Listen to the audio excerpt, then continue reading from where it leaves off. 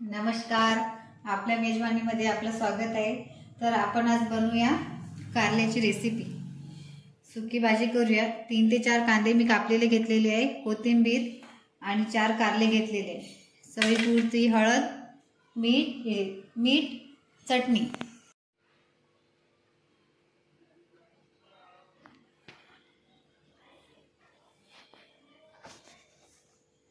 नमस्कार, आपली मेजवानी यामध्ये आपले स्वागत आहे। तर आजची रेसिपी शिकूया आपण कारल्याची सुकी भाजी। तर 3 ते 4 कांदे कापून घेतलेले आहे मी, कोथिंबीर आणि 4 कारले।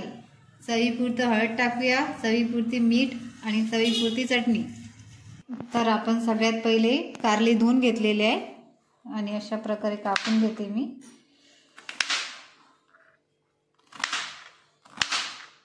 थोडे बारीक तुकडे करून घेते। कारले मी कापून घेतलेले आहे। आता मिक्सरच्या भांड्यात टाकते।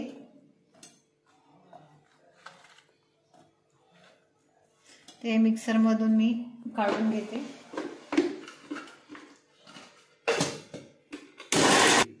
हे बघा, अशा प्रकारे झालेले आहे। मी थोडंसं 1 ग्लास पाणी ऍड करते, म्हणजे व्यवस्थित बारीक होईल ते।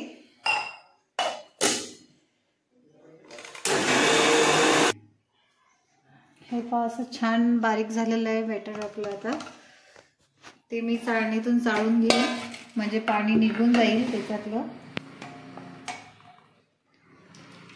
ही भाजी खायला कडू लागणार नाही, मुलाला शाळेत डब्यात पण देता येते। हे घरामध्ये आठवड्यातून 2दा तरी भाजी झालीच पाहिजे। हे छान मी कापडाने चाळून घेतलेली आहे, एकदम सुकी करून घेतलेली आहे, पूर्णपणे पाणी काढून घेतलं याच्यातलं। अजिबात कडू लागणार नाही कारल्याची भाजी। तर आपण आता 2 चम्मच तेल टाकलेले आहे आपण। तेल गरम झालेले आहे। 1 चम्मच मोहरी टाकायची।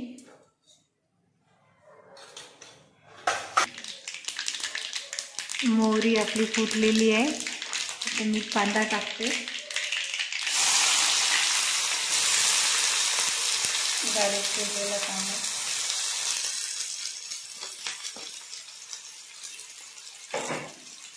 छान परतून घ्यायचा कांदा।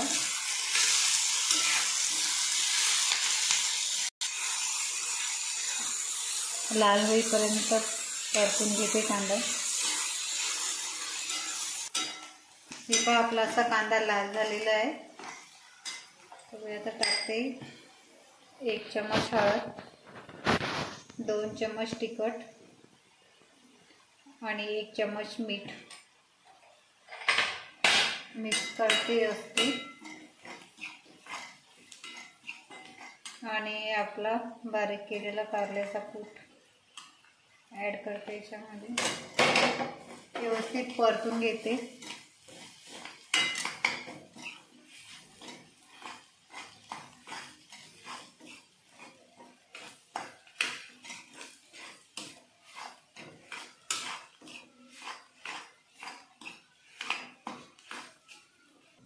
हे पहा, अशी व्यवस्थित मिक्स करून घेतलेली आहे मी। तर 10 मिनिटं याला झाकून ठेवायचं, भाजी व्यवस्थित होईल आपण। मी झाकून ठेवते 10 मिनिटं, त्याच्यावर पीठ झाकून ठेवली मी। 10 मिनिटं झालेले आहे। तर मी भाजी काढून बघते। छान कलर आलेला आहे, भाजी मस्त झाली।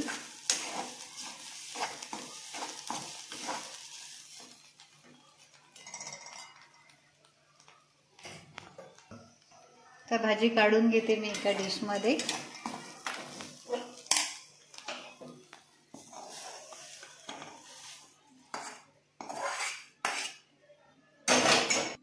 भाजी काढून घेतलेली आहे मी। आता त्याच्यावर छान कोथिंबीर टाकते, बारीक चिरलेली।